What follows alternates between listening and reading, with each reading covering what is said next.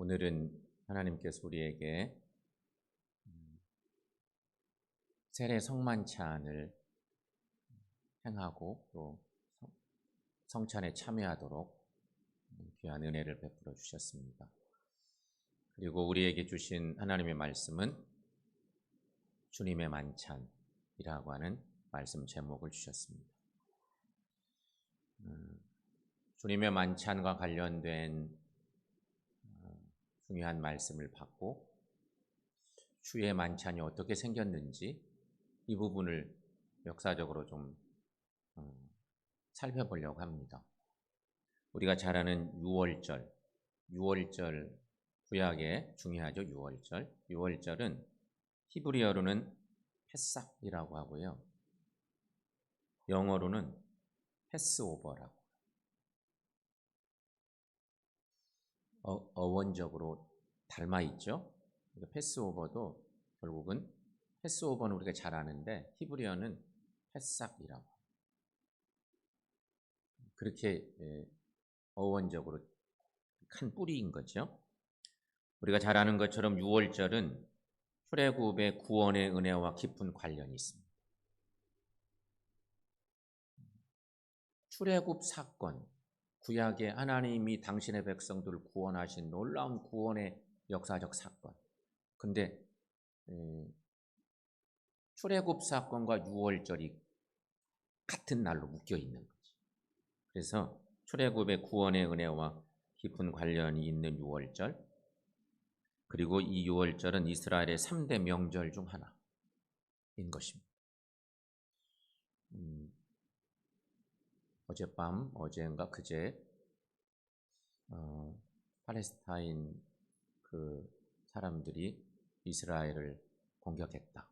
그래서 막 전쟁이잖아요. 초막절이 끝나고 안식일날 새벽에 로켓 5,000발을 발사했다나 이 중요한 절기들을 지내는데 그게 막 전쟁을 그때 맞추어서 전쟁을 한 거예요. 특별히 오늘 본문은 유월절과 관계되어 있는데요. 유대인들은 출애굽과 하나님의 구원의 은혜를 잊지 않기 위해서 유월절을 지켰습니다. 하나님의 구원의 은혜, 출애굽의 놀라운 구원의 역사, 이것을 기억하려니 유월절을 지킨 것이죠. 특별히 이날에 유대인들은 유월절의 의미를 되새기면서 특별한 식사를 합니다. 유월절만 돌아오면 유월절 만찬을 먹는 거. 이거 하나님의 은혜를, 구원의 은혜를 잊어버리지 않으려고 이런 소중한 만찬을 한 것입니다. 예수님께서도 공생의 사역을 하시다가 마지막 한 주간을 보내시는데 유월절 그 한 주간 보내는 거죠. 특별히 유월절을 지내시기 위해서 예수님이 예루살렘에 올라오십니다. 그 명절을 지키려고 예루살렘에 올라오셨는데 한 주간 보내는 동안에 예수님 십자가를 지시는 사건으로 따지자면 오늘이 만약에 유월절이라면 식사하는 그날이라면 저녁 식사를 하잖아요. 그런데 내일 예수님이 십자가에 달려 돌아가셔. 그러니까 시간으로 굳이 따지자면 한 15시간 정도도 채 남지 않은 시간에 당신은 아셨을 거예요. 그런데 제자들과 더불어서 전통적으로 지켜보던 유월절 만찬을 제자들과 먹습니다. 죽음이 15시간도 채 남지 않았는데 유월절 만찬을 드시면서 제자들에게 뭔가 메시지를 전하고 싶은 거죠. 그런데 이 유월절 만찬을 드시는 그 식사 자리에서 우리 주님께서는 전통적으로 유월절 만찬을 드시는 그 식사 자리인데 성만찬을 제정하시는 거죠. 방식은 유월절 만찬을 드시는 자리인데 성만찬의 소중한 의미들을 알려주시는, 유월절 만찬이 성만찬으로 변화되는 그 마지막 식사. 그게 복음서에 기록되어 있는 말씀들이죠. 그런데 바울이 이 서신서를 쓰는 동안에 고린도 전서인 오늘 말씀에 와서 이 놀라운 유월절 만찬을 성만찬으로 제정하셨던 그 놀라운 역사를 기억하고 서신서에 그것을 담아놓은 얘기가 오늘 본문의 말씀입니다. 그러므로 여러분, 성만찬은, 우리가 성만찬을 이제 자리에 참여하고 있는데, 성만찬은 인간들끼리 먹고 마시는 즐거운 어떤 행사가 아닙니다. 성만찬은 예수 그리스도께서 자신의 살과 피를 희생제물로 바치신 십자가 사건을 기념하는 거룩한 예식입니다. 성만찬은 모든 성도가 그리스도의 몸에 참여함으로 성도들이 하나로 연합되었음을 확인하는 예식입니다. 그러므로 여러분, 성찬에 임하는 성도들은 주님의 십자가의 공로를 힘입어 자신이 구원을 받았다는 사실에 대해서 감사하는 시간입니다. 동시에 나 자신도 주님을 위해서 몸과 마음을 바쳐 충성하고 봉사하겠다고는 결단이기도 한 것이죠. 여러분, 그리스도인의 삶은 예수 안에 내가 구원받고 은혜 받았습니다. 끝. 그러면 안 되는 거예요. 그 자체도 귀하지만 놀라운 은혜 주셔서 감사합니다. 구원의 은혜 받게 하셔서 감사합니다. 그러니 결단하고 주님 이렇게 살겠습니다. 여기까지 나가는 것입니다. 예수님은 오늘 바울을 통해서 알려주신 말씀인 거예요. 바울을 통해서 알려주신 말씀인데 오늘 본문의 말씀 보면 24절 말씀에 이렇게 말씀하시죠. 여러분 함께 읽어봅니다. 이것은 너희를 위하는 내 몸이니 이것을 행하여 나를 기념하라. 아멘. 여러분, 이 말씀으로 주님은 떡의 상징적인 의미를 부여합니다. 늘 먹던 유월절 만찬인데 그 만찬 자리에서 당신이 15시간도 채 남지 않은 그 다음 날 십자가에 달려 돌아가실 것을 아셨기 때문에 그 의미를 전하셔서 유월절 만찬이 성만찬이 되게 하시고 떡의 상징적 의미를 부여해 주신 것이죠. 그리고 직접 떡을 떼어 제자들에게 나누어 주십니다. 제자들은 사실은 잘 몰랐을 것이죠. 도대체 이게 뭐지? 그러더니 식후에 주님이 또 25절 말씀에 또 말씀하시는 것입니다. 25절 거기 함께 읽습니다. 이 잔은 내 피로 세운 새 언약이니 이것을 행하여 마실 때마다 나를 기념하라. 아멘. 그렇게 말씀하시고 잔도 나누어 주셨습니다. 그러므로 여러분, 여기 떡은 우리의 죄를 씻어주기 위해 희생의 제물로 찢긴 예수님의 몸을 상징합니다. 잔은 하나님과 우리를 화목하게 하며 새롭고도 궁극적인 구원의 언약을 세우기 위해 쏟으신 예수님의 피를 상징합니다. 성찬식은 사실은 상징입니다. 상징이 주님의 몸을, 우리를 구속해 주신 주님의 피를 상징하는 것입니다. 그런데 히브리서 9장 22절 말씀에 후반부 말씀에 유명한 말씀이 있습니다. 피 흘림이 없은즉 사함이 없느니라.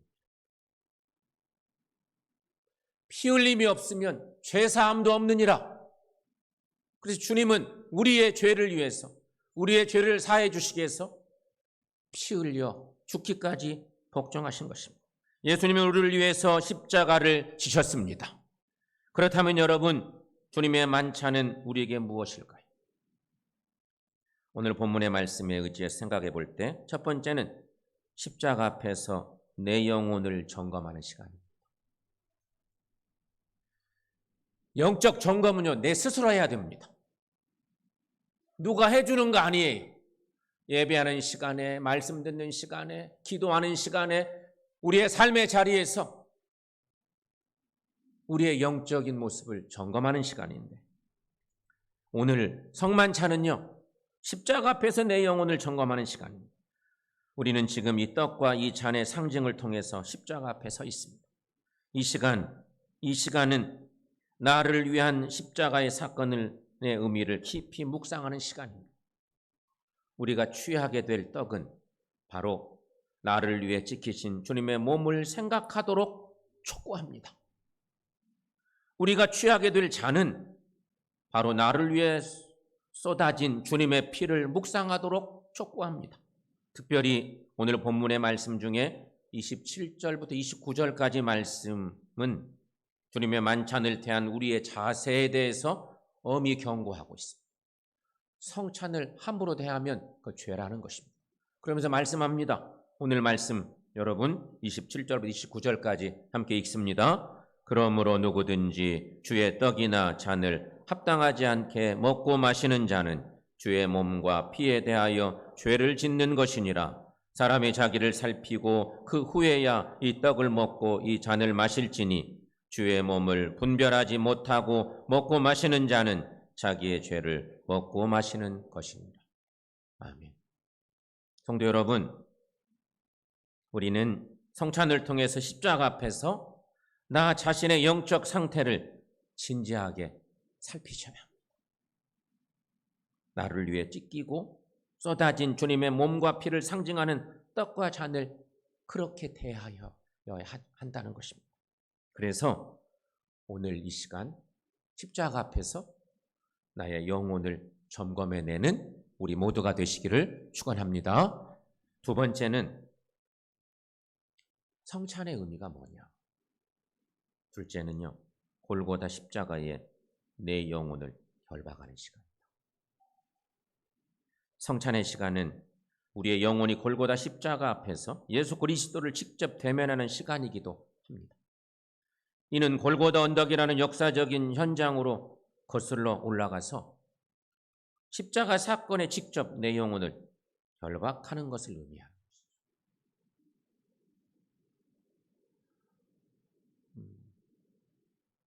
십자가의 구속의 은혜가 뭔지 우리는 다 알아요. 근데 그 십자가의 구속의 놀라운 은혜를 가장 구체적으로 경험하고 또 내 영혼으로 각성할 수 있는 시간이 언제냐? 그 어떤 예배도 아니고 성만찬 예배.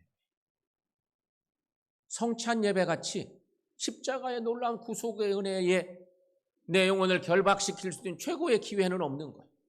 그러니 성만찬 예배를 귀히 여기는 것이 우리에게 필요하다는 것입니다. 우리는 십자가에 자신의 영혼을 묶음으로써 영혼이 정결해지는 경험을 하게 됩니다.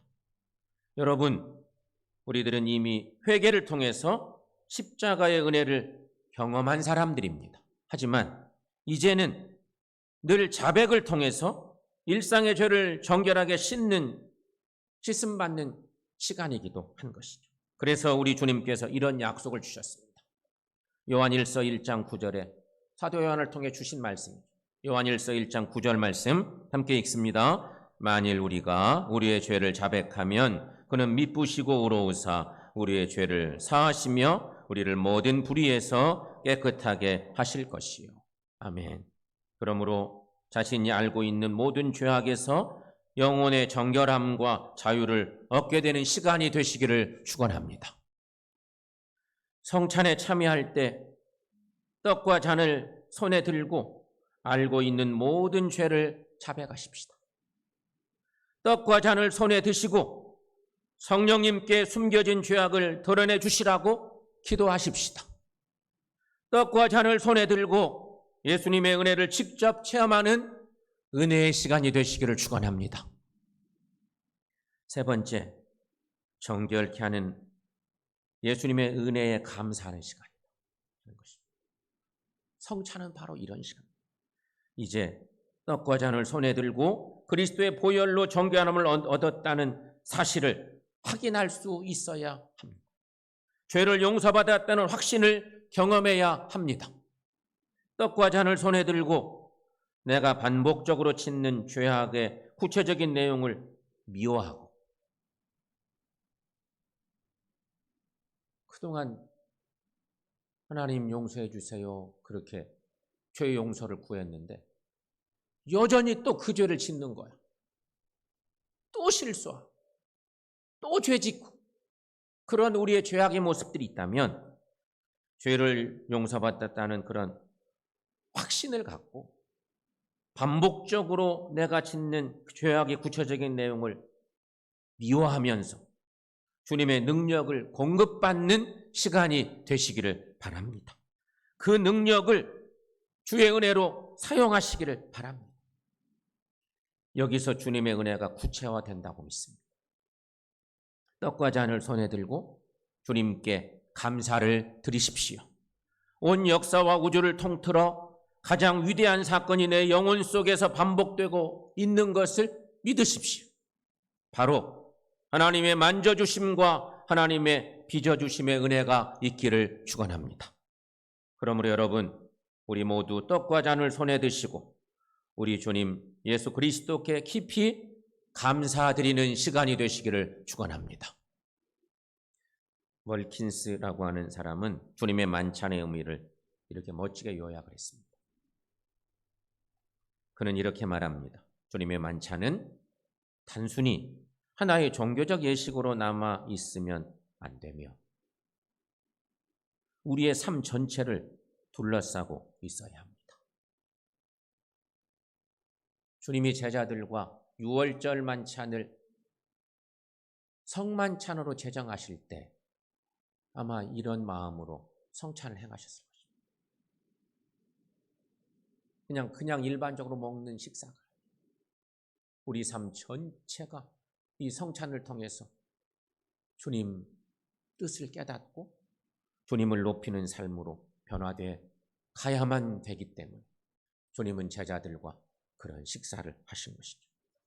사랑하는 여러분, 오늘 우리는 주님의 만찬에 초대를 받았습니다. 일반 그냥 예배가 아니라 성찬이 주가 되는 이 예배에 주님의 만찬에 초대를 받았습니다. 그러므로 여러분, 이 시간 우리가 이 성찬 예배를 통해서 기억할 것이 있습니다. 우리 스스로 결단할 것이 있습니다. 십자가 앞에서 내 영혼을 점검해야 됩니다.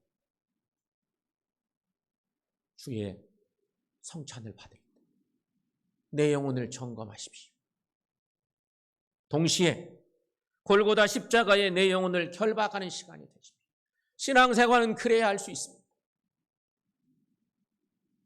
그래야 주님 뜻을 이루는 믿음의 삶을 살 수 있는 것입니다.